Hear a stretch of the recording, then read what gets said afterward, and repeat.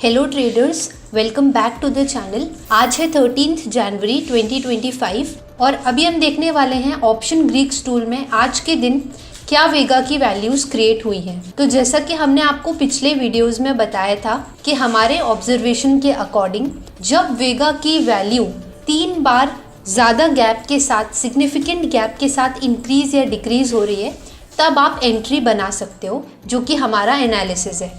तो उसी एनालिसिस के आधार पे आज हम लोग देखने वाले हैं आज के दिन हम कहाँ पर एंट्री बना सकते थे, कहाँ पर हम लोग ट्रेड ले सकते थे हमारे अकॉर्डिंग। तो ये टूल हमने 9:16 पर स्टार्ट किया था और हम लोग अभी 11:25 के आसपास का टाइम देखते हैं। यहाँ का टाइम क्यों? क्योंकि आप देख सकते हो यहाँ पर वैल्यू 3 बार चेंज हुई है। 11:25 पर वैल्यू थी -12, 11:26 पर वैल्यू थी -9, 11:27 पर वैल्यू थी -6।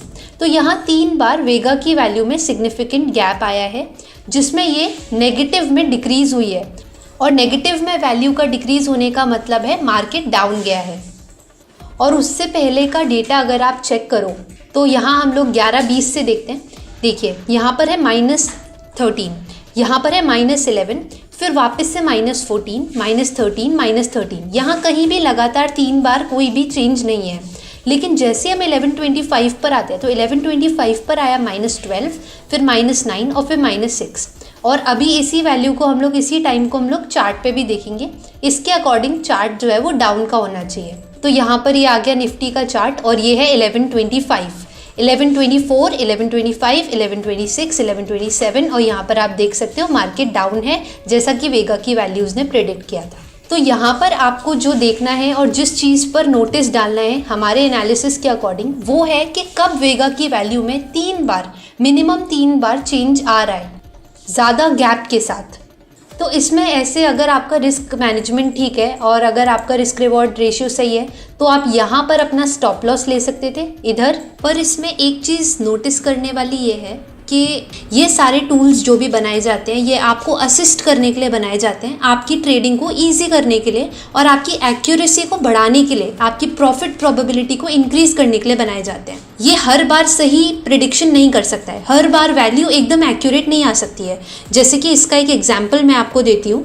यहाँ अगर आप 10:28 पर अगर ध्यान दोगे, 10:28, तो यहाँ पर वैल्यू 3 बार इंक्रीज हुई है, 3 बार चेंज आया है। जैसे -16 थी 10:28 पर, -18 थी 10:29 पर, फिर -23 थी।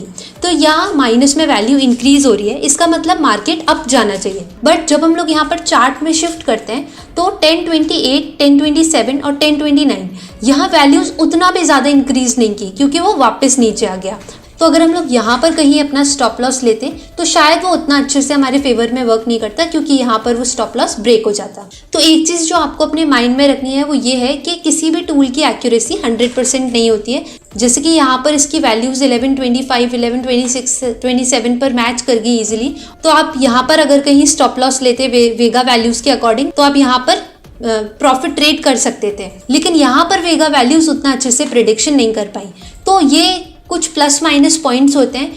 कोई भी चीज़ 100% नहीं हो सकती है। अगर वो सही प्रिडिक्ट कर रही है तो कई चांसेस ऐसे भी होंगे जहाँ पर ये उतना अच्छे से प्रिडिक्ट नहीं करेगा। लेकिन अगर आपका रिस्क रिवॉर्ड रेशियो सही है तो आप अपनी प्रोबेबिलिटी इससे इंक्रीज कर सकते हैं और एंट्री लेने में ये आपकी हेल्प कर सकता है।